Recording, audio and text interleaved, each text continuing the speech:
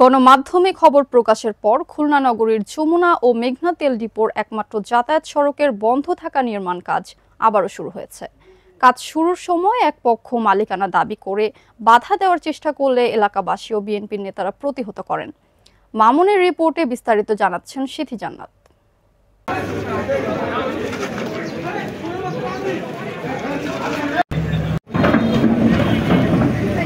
খুলনা নগরী যমুনা ও মেঘনা তেল ডিপোর একমাত্র যাতায়াত সড়কের বন্ধ থাকা নির্মাণ কাজ গণমাধ্যমে খবর প্রকাশের পর আবার শুরু হয়েছে। সোমবার বেলা 11:30টার দিকে সড়কটিতে পুনরায় কাজ শুরু হয়। স্থানীয় সূত্রে জানা গেছে, কাজ শুরুর সময় এক পক্ষ মালিকানা দাবি করে বাধা দেওয়ার চেষ্টা করলে এলাকাবাসী ও বিএনপির নেতারা প্রতিহত করেন। স্থানীয়দের দাবি, ট্যাঙ্ক লরি ও সাধারণ মানুষের চলাচলের স্বার্থে দ্রুত সড়কটি নির্মাণ শেষ করে উন্মুক্ত করতে হবে। এর আগে গত 27 আগস্ট বিভিন্ন গণমাধ্যমে প্রতিবেদন প্রকাশিত হলে কেসিসি নির্বাহী ম্যাজিস্ট্রেট পাঠিয়ে তদারকির ব্যবস্থা নেয়। পরে নির্বাহী ম্যাজিস্ট্রেট কোহিনুর জাহান সড়কটি পরিদর্শন করে বলেন, রাষ্ট্রীয় কাজ দ্রুত গতিতে চলবে, তবে কেউ যথাযথ সহ মালিকানা দাবি করলে কেসিসি তা বিবেচনা করবে। রাস্তাটা হচ্ছে আপনার ইতিমধ্যে আপনারা জেনেছেন, খুলনা সিটি কর্পোরেশনের কর্মকর্তারা এখানে এসেছেন।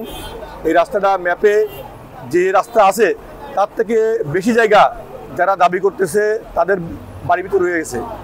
আপনারা জানেন যে দক্ষিণ বাংলার 21টি জেলা, এই জেলার সবচাইতে গুরুত্বপূর্ণ জ্বালানি তেল, যে জ্বালানি তেল এখান থেকেই সরবরাহ করা হয়।